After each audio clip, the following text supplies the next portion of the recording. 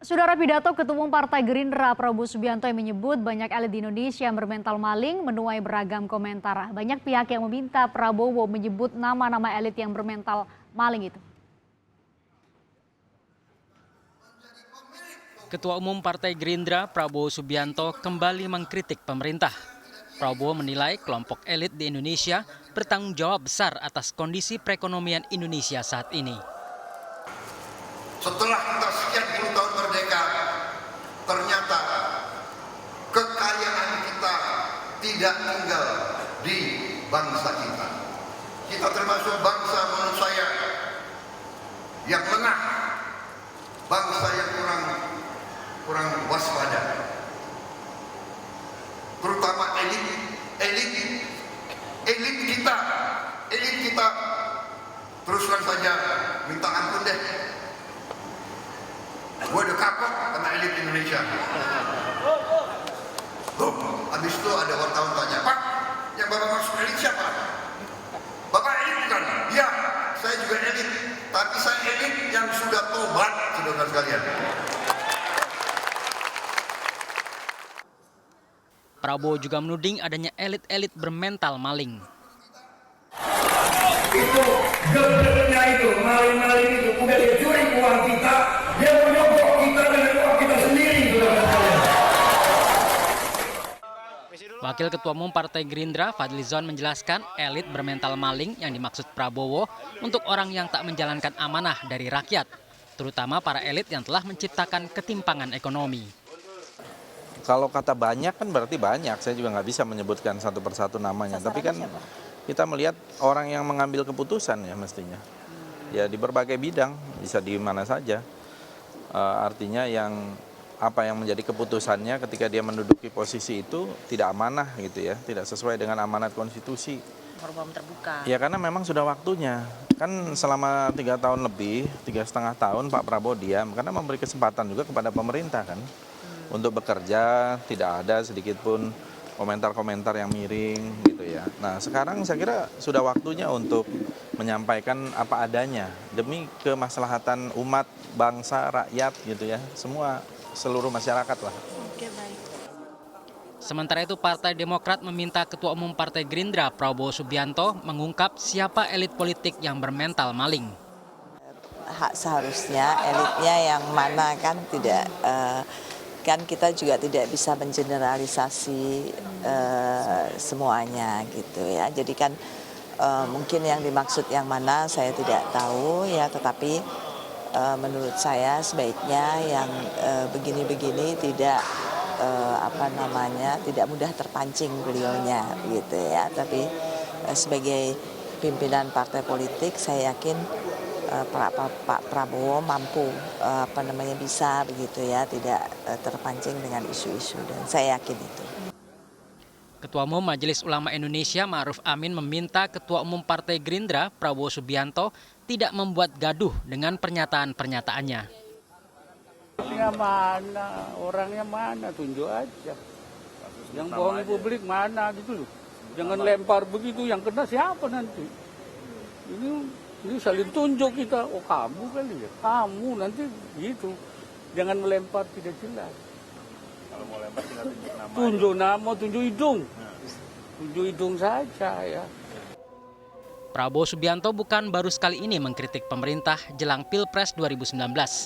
Beberapa waktu lalu Prabowo menyebut Indonesia akan bubar pada 2030 berdasarkan novel fiksi Ghost Fleet. Tim Liputan Kompas TV.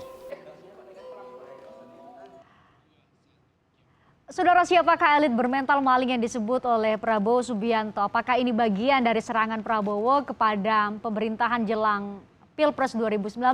Untuk bahasa sudah hadir di studio ada Wakil Ketua Umum Gerindra nanti akan bergabung, Fadlizon, kita berharap juga bergabung sesaat lagi. Kemudian ada politisi PD Perjuangan Arya Bima. Selamat malam Pak Arya Bima, terima kasih sudah hadir di Sapa Indonesia Malam. Kemudian ada pengamat atau analis politik dari Universitas Paramadina Henry Satrio. Selamat malam Bung Henry Satrio, terima kasih malam, sudah bergabung juga di Sapa Indonesia Malam. Supaya bacaannya nggak kemana-mana, saya ke ini dulu di analis politik. Ini memang dilakukan Pak Prabowo, lazim dilakukan oleh seseorang yang mau head to head atau berhadapan dengan petahana, ini harus dilakukan untuk ada perbedaan yang luar biasa, rakyat bisa melihat itu, atau ini kondisi real? Ya, lazim sebetulnya kalau kemudian Pak Prabowo mengungkapkan ini, karena sebagai oposisi kan sebetulnya betul saya setuju dengan apa yang dikatakan Bang Fadlizon tadi, bahwa selama ini Prabowo otomatis tidak banyak berbicara, yang mengeluarkan statement Fadlizon terus gitu ya. Nah ini kemudian beliau berbicara dan memang harus menyengat, kalau tidak menyengat nanti tidak terlihat. Jadi ini sebetulnya masalah hal yang biasa saja. Ini dalam rangka untuk menarik perhatian rakyat. Oh ya jelas saja, yang pasti kan nanti setelah itu, kan kalau dalam komunikasi kan ada yang namanya bandwagon effect ya. Setelah ini akan ada pertanyaan kan, tadi Pak Ma'ruf Amin sudah mengeluarkan bandwagon juga gitu kan. Sudah menyambut itu. Siapa sih? Nah itu kan akhirnya dia menjelaskan lagi, kemudian menarik lagi dirinya untuk kembali tampil di media untuk menjelaskan.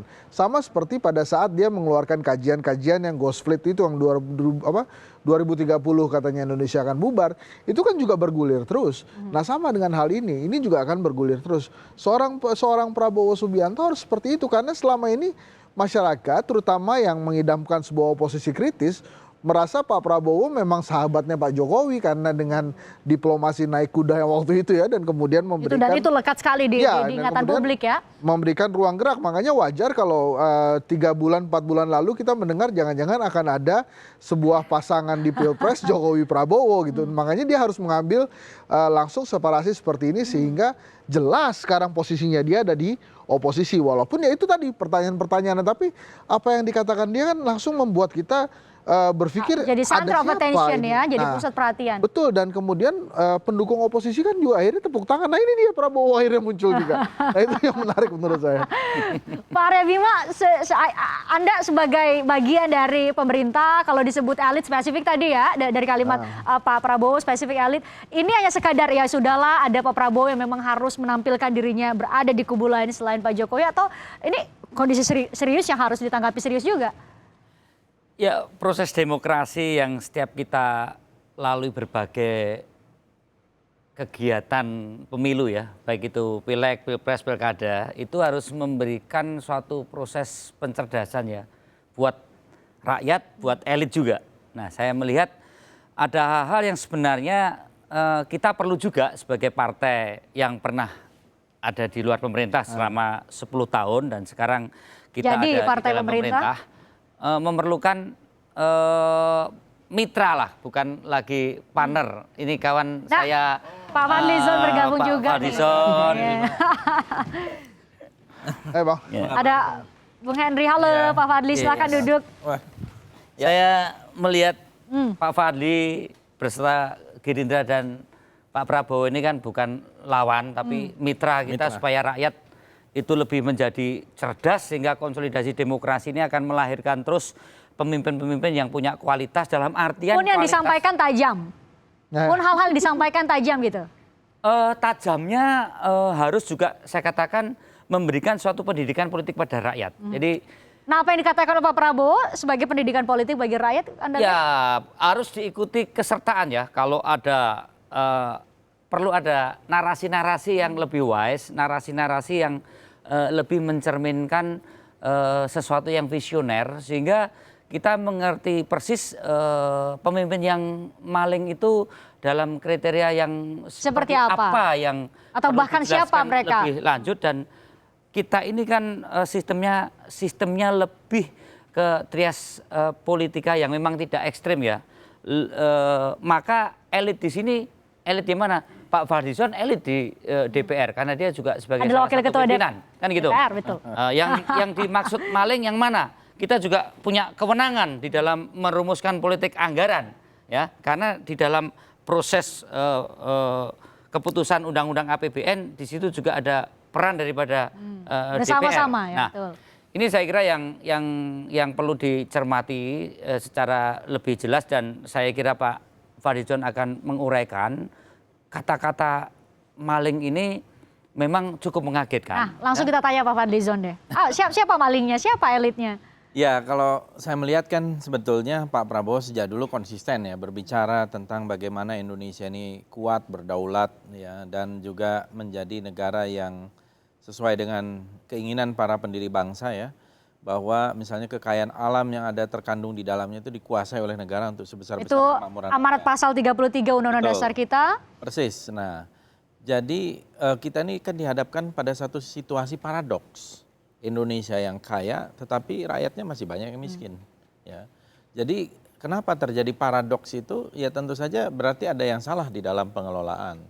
Pengelolaan itu termasuk dari pengelolanya, apakah cara berpikirnya, intervensi polisinya, maupun mungkin kebijakan-kebijakan lainnya ya.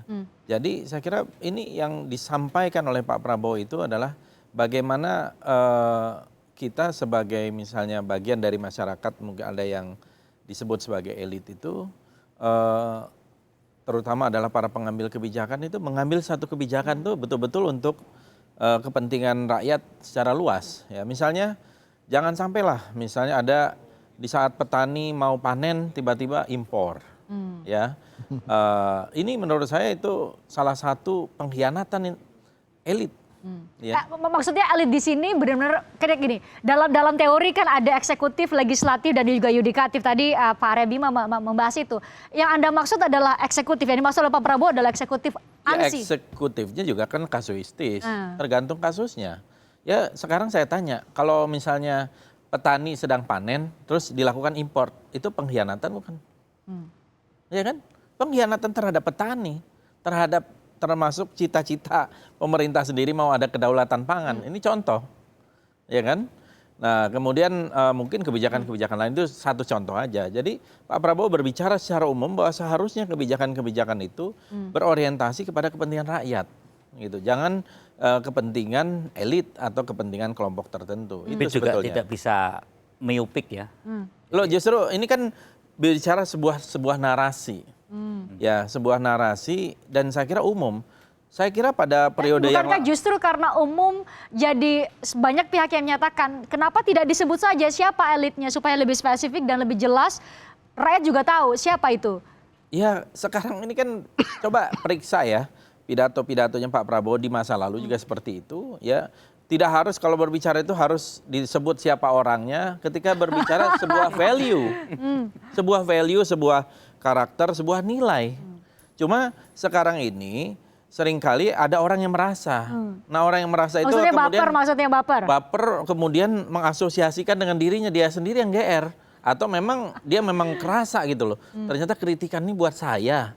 Gitu loh. Saya tanya Bung Henry, apakah seawam itu kita melihat dalam ruang politik? Ruang politik bukan ruang hampa, dalam arti bahwa tentu ada konteks yang juga turut serta dalam sebuah pernyataan atau statement dari seorang elit politik sekelas Prabowo. Nah, makanya kalau menurut saya tidak penting juga siapa orangnya yang dimaksudkan oleh Pak Prabowo. Yang jelas adalah memang isu ini dia gelontorkan.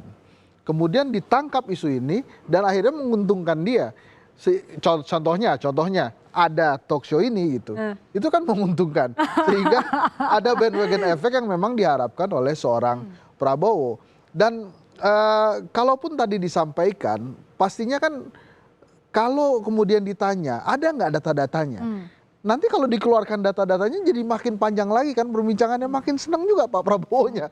Gitu. Jadi kalau ditantang seperti itu. Tapi Exposure di media jadi semakin besar. Iya, makanya saya katakan beliau memang memanfaatkan momentum setelah sekian lama mentasbihkan dirinya sebagai orang yang memberikan kesempatan kepada Jokowi untuk memimpin pemerintahan. Gitu kan. Begitu Prabowo menyampaikan hal dahsyat dua kali ini 2030 kemudian yang saat ini disampaikan, semuanya jadi gundah kan, kok Prabowo begitu ya, kaget begitu. Tapi intinya adalah apa yang disampaikan Pak Prabowo itu menjadi masukan kritis sebetulnya oleh buat pemerintah sekarang. Makanya cocok nanti misalnya Mas Bimo mengungkapkan bahwa misalnya faktanya ada itu data tidak yang mungkin betul, bermain. faktanya nggak ada yang jadi maling gitu. Nanti yang satu lagi bilang kok nggak ada yang jadi maling, KPK-nya penuh terus. Tim Sapa Indonesia Malam juga sudah berusaha untuk mencari data-data kira-kira betulkah kalau Pak Prabowo menghubungkan ini dengan kondisi perekonomian. Kita mencoba melihat bagaimana kondisi real perekonomian Indonesia saat ini supaya sama-sama kalau memang butuh perbaikan ya kita pikirkan perbaikannya sama-sama. Kami juga mengajak Anda untuk berpartisipasi memberikan komentar terkait topik Sapa Indonesia Malam kali ini. Silakan Anda login di Kompas.tv/interaktif menggunakan akun Facebook atau Google Anda. Silakan kritik tajam kembali diarahkan ke pemerintah soal ketimpangan sosial dan ekonomi. Menurut Anda apa yang harus dilakukan pemerintah untuk menjawab kritik ini? Lebih substantif, kami dengarkan komentar Anda sesaat lagi di Sapa Indonesia Malam.